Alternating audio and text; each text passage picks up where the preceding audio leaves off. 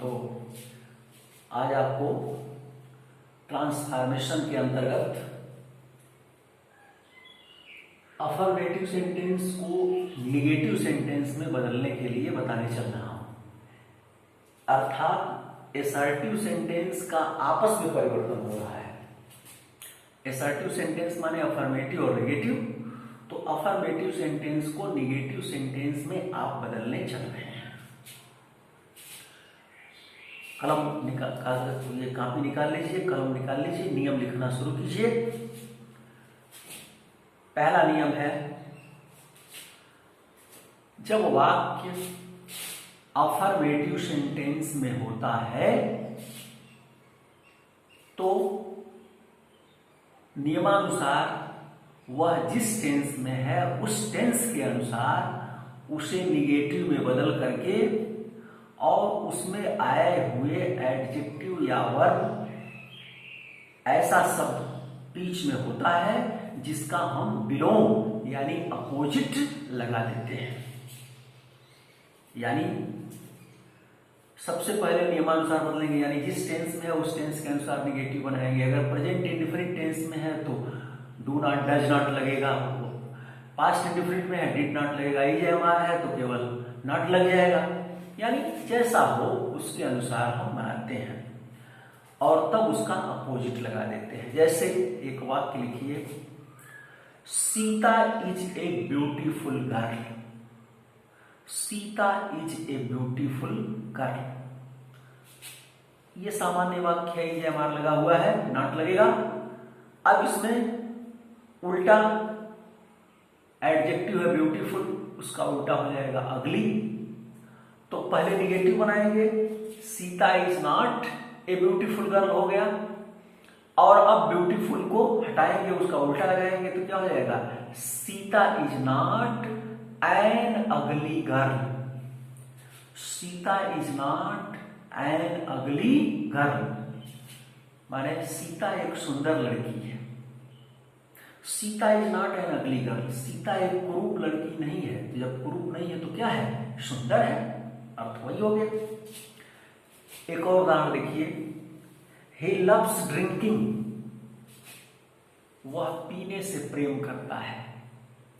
यह present indifferent tense का वाक्य है, यस लगा है loves, तो पहले निगेटिव बनाएंगे तो क्या हो जाएगा, he does not love, और अब लव का उल्टा कर दीजिए तो क्या हो जाएगा, hate, तो हो जाएगा he does not hate drinking। he does not hate drinking, वह पीने से घृणा नहीं करता है, माने पीता है। एक उदाहरण देख लीजिए, I was doubtful whether he went there। I was doubtful whether he went there। तो अब इसका पहले तो निगेटिव बनाएंगे तो क्या हो जाएगा, I was not doubtful, और डाउटफुल का उल्टा कर दीजिए तो डाउटफुल माने संदेह, तो इसका उल्टा क्या हो जाएगा, निश्चित, श्योर। तो क्या हो जाएगा, I was not sure whether he went there। I was not sure whether he went there। मेरे ख्याल से समझ में आ गया होगा। अब आप दूसरा नियम लिखिए। देखिए, यदि असर्टिव सेंटेंस वनली से प्रारंभ होता है तो, यदि असर्टिव सेंटेंस वनली से प्रारंभ होता है तो निगेटिव बनाते समय वनली को हटा देते हैं और उसके स्थान पर नन बट लगा देते हैं। यानी अगर वनली से प्रारंभ है तो वनली को हटाएंगे और उसके स्थान पर नन बट लगा देते हैं। जैसे, only Ram passed in English, ये वाक्य है, only Ram passed in English, तो इसका निगेटिव बनाएंगे तो क्या हो जाएगा, ओनली हट जाएगा और उसी के स्थान पर क्या लग जाएगा, नन बट। यानी वाक्य के प्रारंभ में ओनली आया है तो वो हट जाएगा और वाक्य के प्रारंभ में अब क्या आ जाएगा, नन बट, तो हो जाएगा none but Ram passed in English. None but Ram passed in English.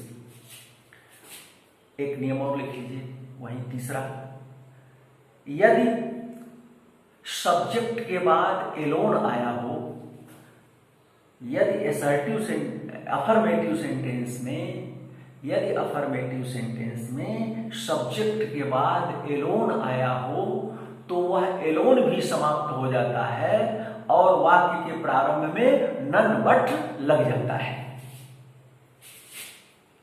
जैसे Ram alone passed in English, Ram alone passed in English, Ram alone passed in English. अब एलोन खत्म हो जाएगा और वाक्य के प्रारंभ में क्या लग जाएगा, नन बट। तो क्या हो जाएगा, none but Ram passed in English, none but Ram passed in English. अर्थात सब्जेक्ट के बाद एलोन रहेगा तो एलोन समाप्त हो जाएगा और वाक्य प्रारंभ में नन बट लग जाएगा। तीसरा नियम है एडवर्ब टू को हटाने वाला नियम है। आप पढ़ चुके हैं ट्रांसफॉर्मेशन में, प्रारंभ में ही एडवर्ब टू को हटाना। तो जब एडवर्ब टू को हटाएंगे तो ऑटोमेटिक जो है वाक्य निगेटिव हो जाएगा। जैसे एडवर्ब टू हटाएंगे तो उसके स्थान पर सो लगाएंगे और टी और टू के स्थान पर दैट लगाएंगे और दैट के बाद सब्जेक्ट और कैन नॉट या कुड नॉट लगाएंगे तो वाक्य ऑटोमेटिक निगेटिव हो जाएगा।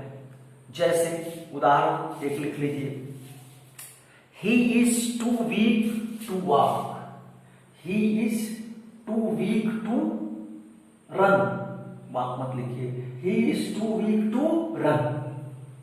अब देखिए इसमें एडवर्ब टू आया है, इसके स्थान पर सो हो जाएगा और टी और टू के स्थान पर दैट हो जाएगा और दैट के बाद जो पहले क्लास का सब्जेक्ट है ही और कैन नॉट या कुड नॉट, तो ये प्रेजेंट टेंस में है तो कैन नॉट हो जाएगा, तो बनेगा क्या आ जाएगा, he is so weak that he can not run, he is so weak that he can not run. समझ में आ गया होगा। अब अगला नियम लिखिए,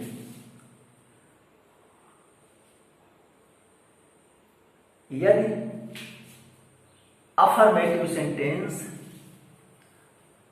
एज सुन एज से प्रारंभ होता है तो निगेटिव बनाते समय एज सुन एज के स्थान पर नो सूनर लगा देते हैं और नो सूनर के तुरंत बाद आने वाला वाक्य इंट्रोगेटिव हो जाता है, इंट्रोगेटिव हो जाता है। तथा कामा के स्थान पर देन लगा देते हैं और जो दूसरा क्लाज है उसे वैसे ही रख देते हैं।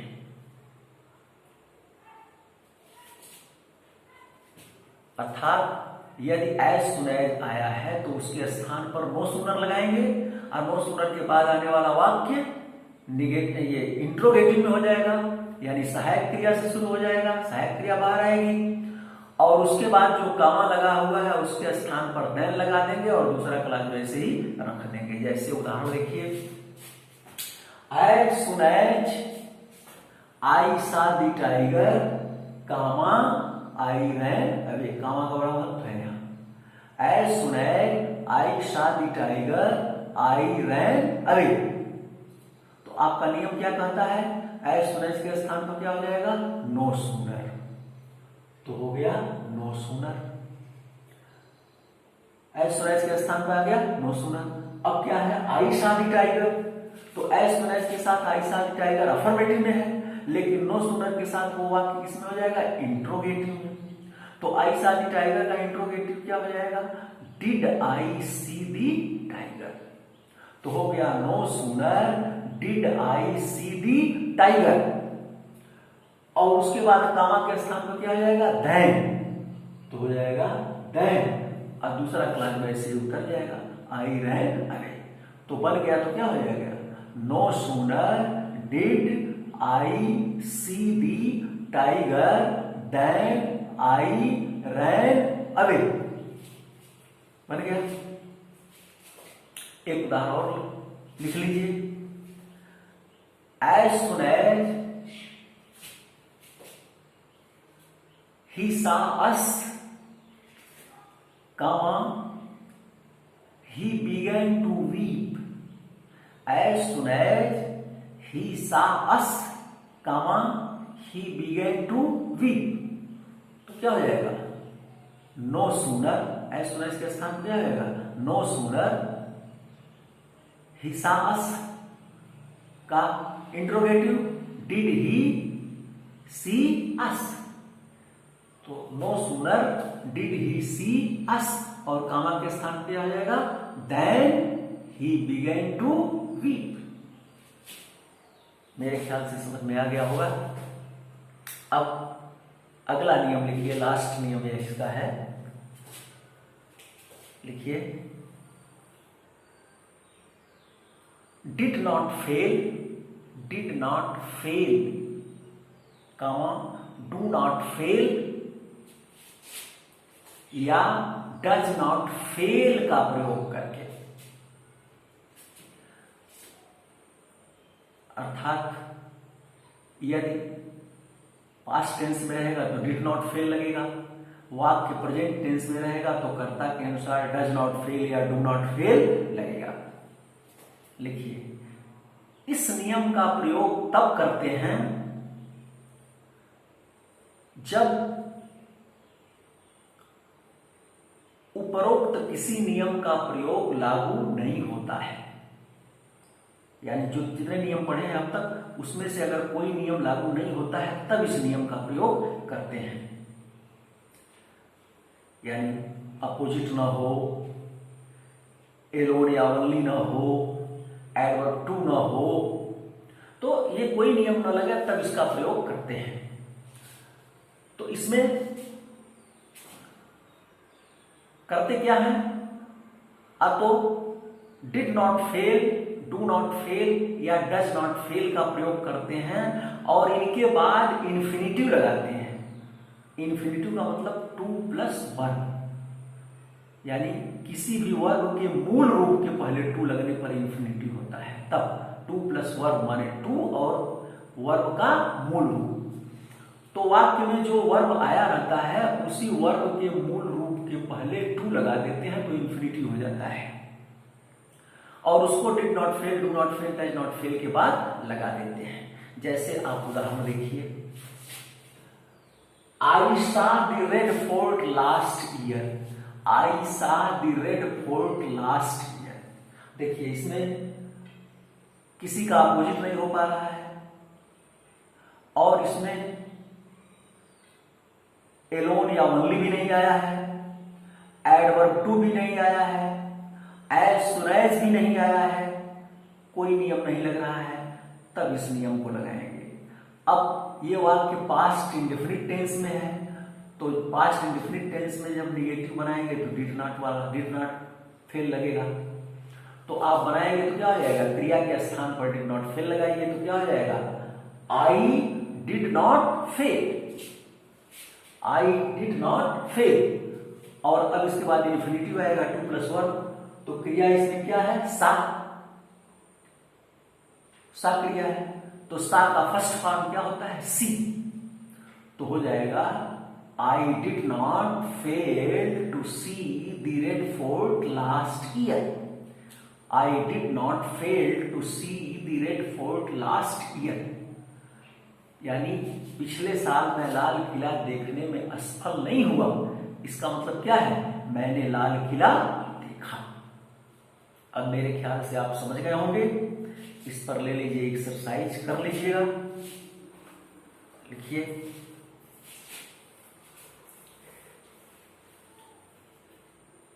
It is unlikely that Rakesh will help you, Rakesh will help you.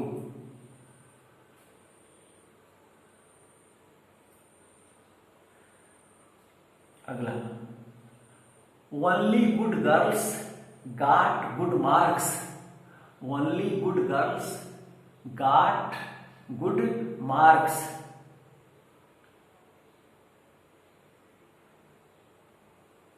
तीसरा, my shirt is loose, my shirt is loose.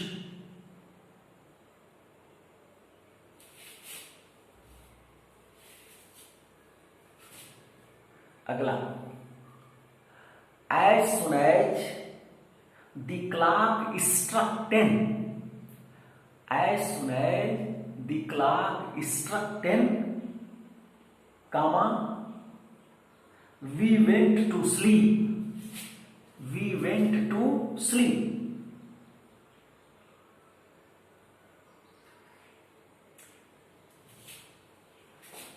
अगला, as soon as she came, as soon as she came, comma, it began to rain,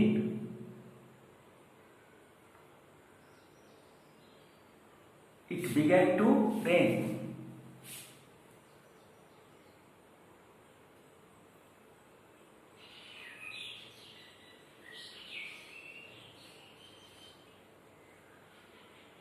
He goes to bed after midnight,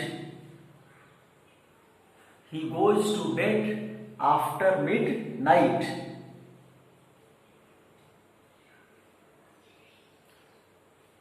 The question is difficult,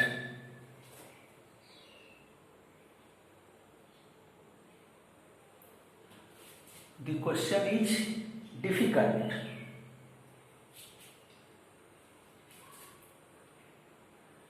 He loves all,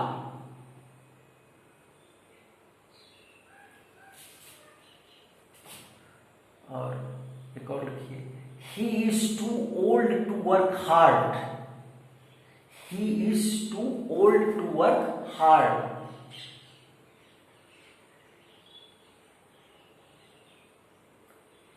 He saw the Taj, he saw the Taj। इस प्रकार ये आप कर लीजिएगा।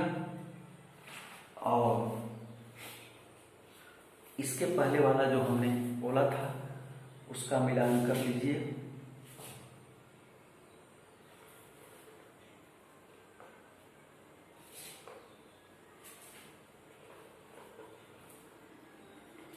पहला है,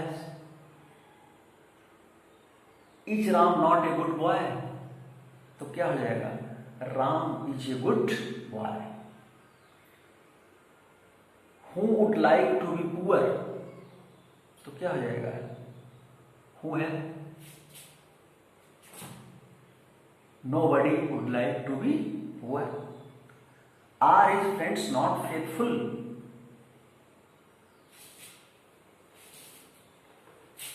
तो क्या हो जाएगा, हिज फ्रेंड्स आर फेथफुल।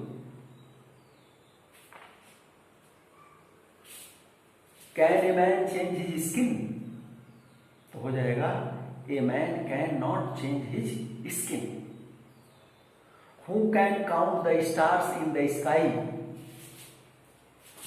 क्या है, none can count, no one can count, none can count the stars in the sky. Can you gather grapes from thorns, तो क्या हो जाएगा, you can not gather grapes from thorns. Can you leave your friend in this miserable condition, तो क्या हो जाएगा, you can not leave your friend in this miserable condition.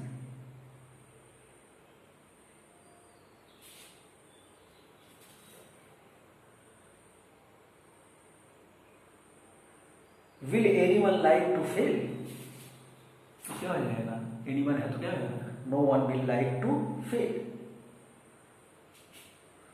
Who would not like to be famous, तो क्या हो जाएगा, everybody would like to be famous.